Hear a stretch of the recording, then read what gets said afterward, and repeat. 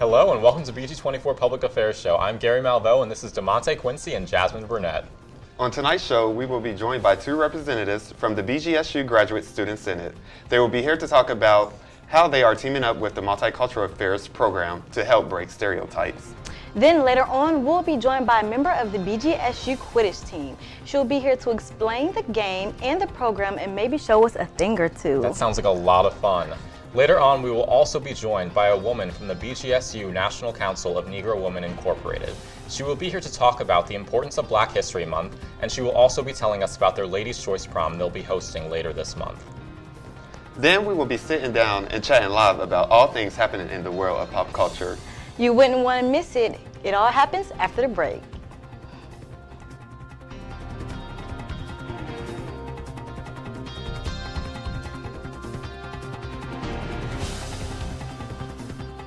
In the world we live in today, people of all races find it hard to shake stereotypes pertaining to them. But how are we taking a stand to break these stereotypes? Here at BGSU, the Multicultural Affairs Office is teaming up with the International Student Services and Graduate Student Senate to help discuss the issues of stereotypes by hosting Breaking Stereotypes, Who Am I and Who You Think I Am. I am joined here by Dinah Tessa and Michael Smith from GSS.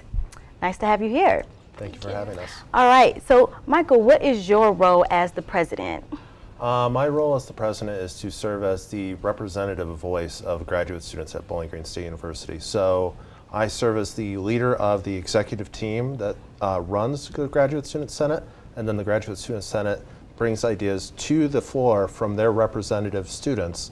And what we try and do is we serve as an advocate and voice of the students at BGSU. Oh, well, thank you. Thank you. Thank you, because I'm part of that. Mm-hmm. All right. And Dinah, what about you? What is your role as co-chair? I am the Multicultural Affairs Chair for the Graduate Student Senate. Alrighty Yes. then. And in relation to college campus, BG in particular, why is this event so important? It is important because, from my opinion, I think that BGSU is a very inclusive community, but we could all use some education regarding stereotyping and discrimination of people from diverse backgrounds. So that's why we think this program is important at this time to educate people. All right. And one of the reasons we wanted to do the program this year was a lot of times you see programs that address stereotypes, but they tend to focus on one group. And we really wanted to bring an opportunity where we can focus on everybody, because everyone has some sort of stereotype against them that shouldn't exist. And we want to try and address that and hopefully eliminate that.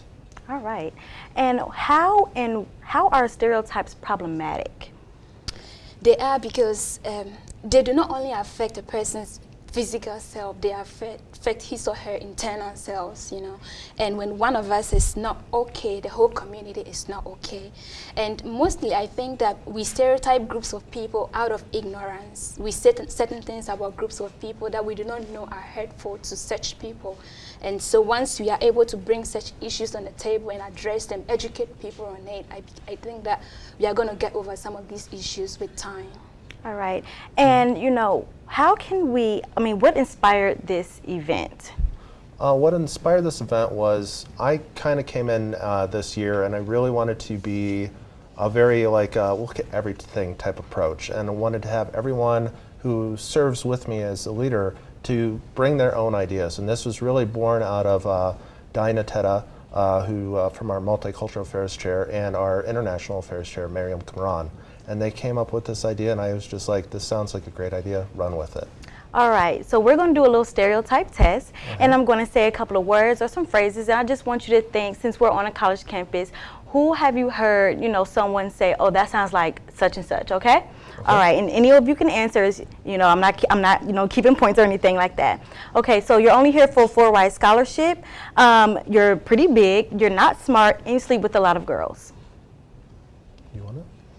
I think that would be something that would be said to people from our athletic group. Athletic group? Okay, yep, that's exactly what I had. I asked a couple of athletes, and those were the things that they had told me. And then here's another one. You must not be from America. Can you understand me? Like, do you understand what I'm saying? You dress differently, but you speak very well. Are your parents from the U.S.?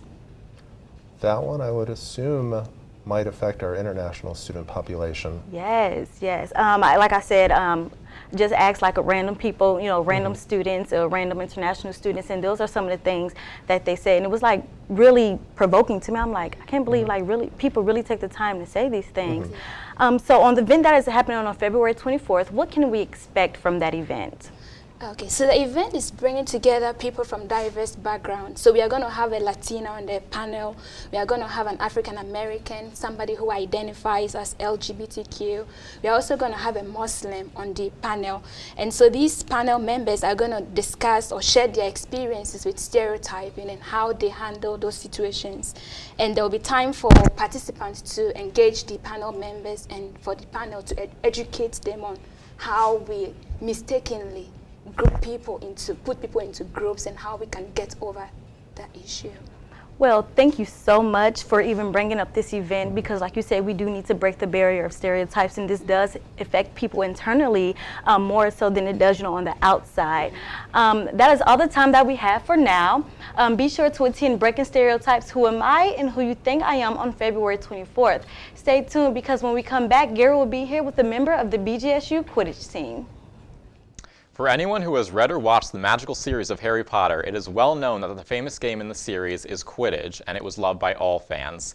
Due to this love for the game, fans over the years have taken it upon themselves to make the magical game a reality. Here at BGSU, the game of Quidditch has been transformed into a club sports team.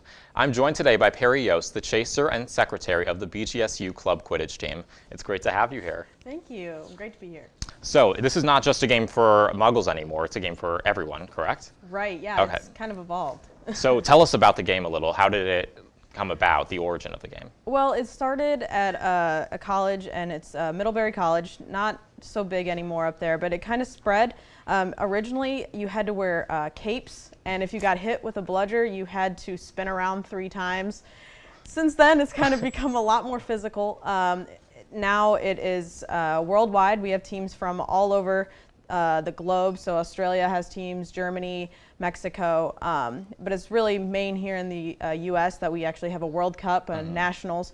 That's 80 teams that compete for spots from different regions and come together in South Carolina in April. Wow, so that sounds like hectic. Yeah, a little bit. So, have you actually read Harry Potter? Believe it or not, I have not read the books. You haven't? Okay, there are quite a few people that don't like reading the books, and Yes. don't even, a lot of Quidditch players don't even associate the game with Harry Potter anymore, because it's become such a different thing from Yes. the movies and the books.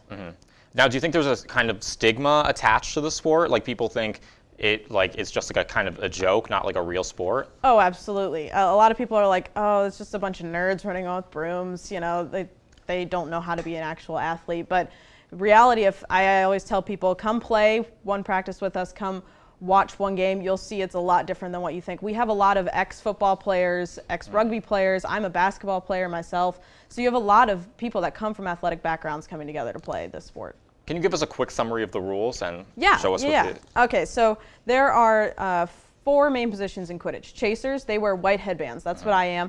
They're boys and girls. And their job is to take this, which is the quaffle. Okay. So it's a slightly deflated volleyball, so you can grip it. And they put that ball through hoops. So each hoop is worth 10 points, doesn't matter.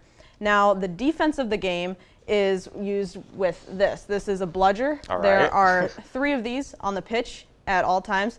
So one team will always have 2, one team will always have 1, and they're constantly fighting for it.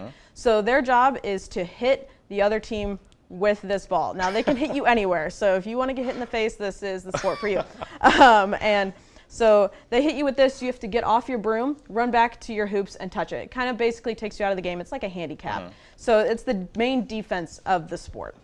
Then you have keepers, who act a lot like chasers. Their job is to guard the hoops. So they wear a green headband, beaters wear black, and keepers wear a green headband, and they act just like a chaser but can block the ball. And then you have the seekers. And so the seekers wear yellow headbands, and they only come in 18 minutes after the game has started to catch the snitch. So these are snitch shorts. I know what you're thinking, but they just have a tennis ball attached to the back of them, and they're Velcro. Okay. So let's say it's BG versus Ohio State. We're going to have a snitch from Miami or another team, And that person is usually very physical, very fast, and they can push you, shove you off your broom. They don't have a broom, so they can do whatever they want so they don't get caught. And when this is caught, this ends the game. It's 30 points. So each time the ball goes through the hoops, it's 10. So if you're up 150 to 130 and the other team catches a snitch, you lose and the game's over. So it's a very important piece of the game. Yeah, it's a very important piece of the game, and we actually have one of the best seekers in the country. He was the USA seeker for like Team USA this past summer. That's amazing. Yeah. All right, quickly show me how to ride a broom. Okay, so I have 2 brooms here. These are our practice brooms. Okay. So these ones are just PVC pipe. Those are what we play with in the field house or when we're going to just different tournaments. And then these ones, these are our official brooms. Yeah. Wow. So they're wood. They have a broom head just like in the series. So they just go straight between your legs, and you know, you hold the broom one this hand. This is like hard, like to hold. Like, yeah, it's different. You have to get used to it, you know. And so then you also have whatever ball you use in your hands. So you're holding the broom and the ball at the same time. This is actually a difficult sport. Yeah, and also you can get tackled. So if you, wow. That sounds like really hard and rigorous. Yeah. Yeah, you get tackled. You end up on the ground a lot, but it's honestly the best sport I've ever played in my life. Well, thank you again for being here, Perry. Yeah, no problem. Stay tuned, because when we come back, DeMonte will be here with a woman of the BGSU National Council of Negro Women Incorporated. With this month being Black History Month, many may be wondering what they can do to get more involved. The BGSU National Council of Negro Women Incorporated is offering you all a chance to be more involved and to celebrate Black History Month. I'm joined tonight by Alicia Cleveland, a woman of NCNW. Hi. Great to have you here. Thank you for having me. So can you explain what is your organization?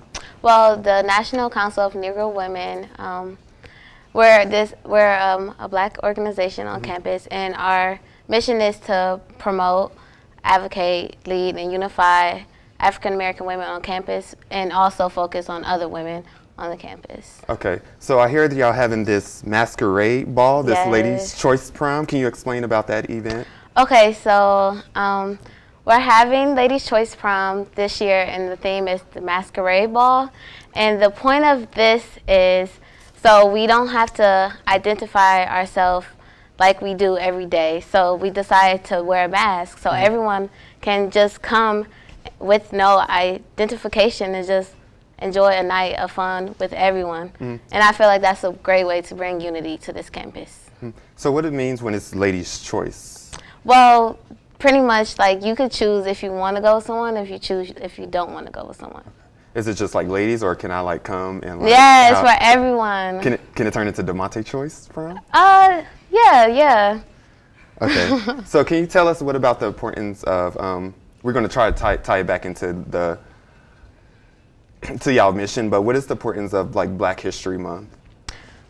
Well, to me? to your opinion, yeah. Okay. Well, I kind of, when I think about Black History Month, I think of like the history in the past that a lot of the blacks in the world have done for blacks now. One of my biggest focuses are like the art, the music, entertainment, the dances, and stuff like that. So with the prom, I feel like it's a great way to bring back those type of styles, those type of sounds, and artistic abilities. So this prom help, I guess, exploit the cultural side of Black history, and like anybody can celebrate it. Yes. And not just African Americans or Black, but anyone can.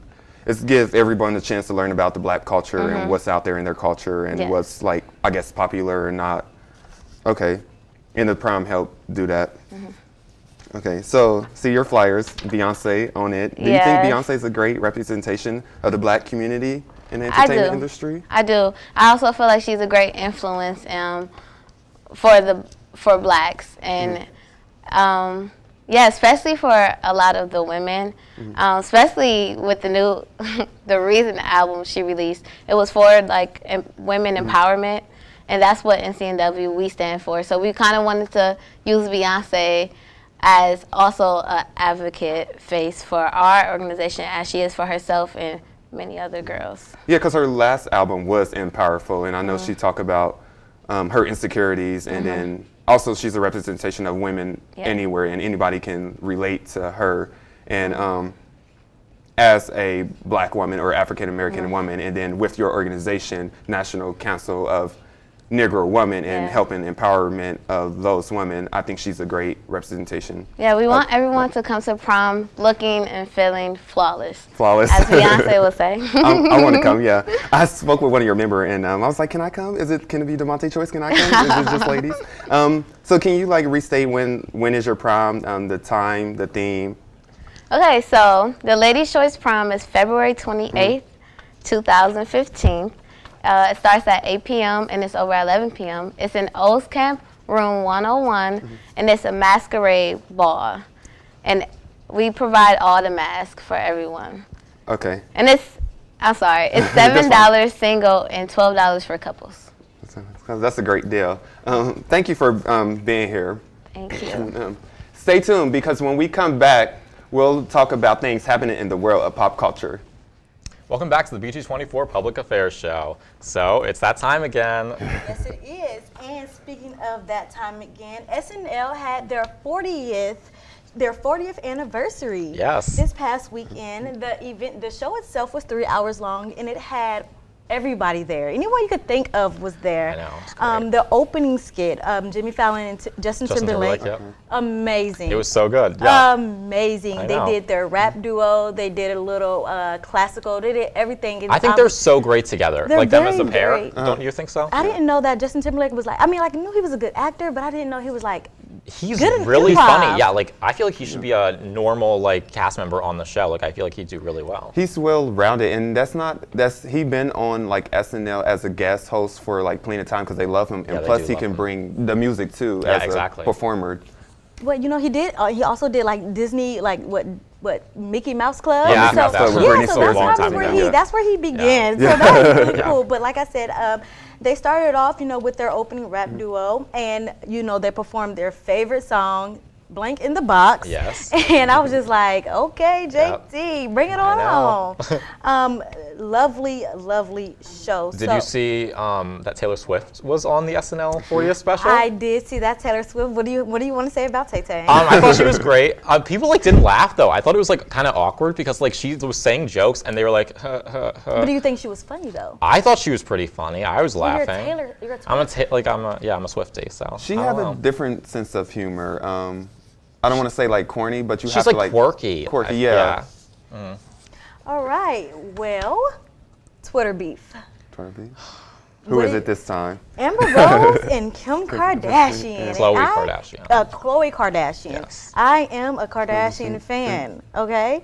So, do you want to start this one off? Well, I'm more on Khloe's side for this because I feel like it was like it came out of nowhere really. Like Amber just like said something about Khloe's sister and it just snowballed into this whole thing. Khloe tried to like Tried to avoid it. She But it tried to didn't avoid work. But it didn't work. And the thing is that, well, Amber Rose went on the Breakfast Club and started talking about how Tyga, who is a rapper for Young Money, was dating the youngest Kardashian, which is Kylie. And it's rumors that she just turned 17. And I don't know how old Tyga is, but he's 25, not. that's He's what not it is. 17. Yeah. And so, she was talking about all of that and how he left his family for her. And then Tyga came on the show and was just like, that's not what happening. We're not dating. And then Kanye West comes on the show and he sums it all up. Like, I think Tyga was pretty smart for getting it in young. I think he was pretty smart for starting off young. She's a Kardashian. She's rich. She has a brand after her name. I don't know, but I feel like they might actually like each other because I'm pretty sure Tyga like performed at like Kendall Kardashian's birthday party like a while back. So I mean, like they obviously know each other. Like it's not like completely random that they would be together. I don't know. Yeah, I think any Twitter beef, the whole thing is elementary, and I think it comes from because we know a couple years ago Amber Rose and Kanye had a Yep, thing, they had so a I thing. think that's what it stemmed from. So there's always that animosity there that we don't see, and then once this happened, it brings it back up, like Amber Rose, Kanye West beefing, and blows it up. Alrighty then. So now what we have to say is New York Fashion Week. Nice. Okay, so one day I hope to be on New York Fashion Week. You want to be. I want to walk the runway. Do you think it's possible? You're not tall enough, are you? You know what? That's stereotype. That I mean, Stereotype. but models don't they have to be tall? They like I can. think. I can be like a I don't petite know. model. Yeah. Okay, look. Anywho, this is something I always thought that New York Fashion Week was something for like rich folks, but it also turns out that they do like fundraisers and everything else like that. So for Fendi, she had 5 Celeste design a bag and she gave it away to charity, and I thought that was so nice. You know, Kanye West did his New York Fashion Week where he did his Adidas debut. Yes. Adidas debut, and so everyone was going crazy about that. And it's just like fashion is so different now. So do you think that you can pull off New York Fashion Week? I mean, I think I can. What about you, Devontae? I think I can, yeah, and especially today, it's New York Fashion Week is a variety. You have Kanye with his skin tone stocking line, and Sarah Jessica Parker and her shoes. Yeah, well, all those things, they're all great. Well, that's all the time that we have for now. Stay tuned. We learned a lot about Quidditch today. And I learned a lot about stereotypes, and you said the first one, you're not small, you're not tall enough to be so on the we're going to be stuck on runway. that? Yeah. Yes, we are. All I'm right. going to have them come right back to this show. Oh, yeah, they're going to give me a little lesson? Yes, Devontae's Lady's Choice. Yes, I love the whole show. The whole show today was good, from the Quidditch to your segment to my segment and to the discussion about New York Fashion Week. Yeah, it's Ladies' Choice Prom, so would any of you like to go to prom with me? I'm not about that, but thank you. I'm going, so we Are can you go. going? Yes, We I can want to go. I want to go. I'm going to go. What color are you going to wear? I don't know. You know, my best friend's coming. Well, not my best friend, my close friend. She's coming down from Detroit, and she's going to stay the weekend at my house. So she might get me to go. I'm not sure, but I'm thinking about wearing orange. So if you have orange I don't have in your orange. closet, I might take our orange. producer, Isabella. What? Yeah. What is up? Why not me? I don't know. She's just. We can go in like this for, what is it for? You know what? We can do a quad date. Quad okay? date. We can do a quad date in the PA show. Isabella and I aren't about that. Why? I'm sorry. What? Sorry. I can't believe it. We should ask Isabella. Will she be down? We should. We should ask Isabella. Well, that's our show for tonight. Thanks for joining us. Have a good night, everyone. And remember to tune in next week, same time and same channel.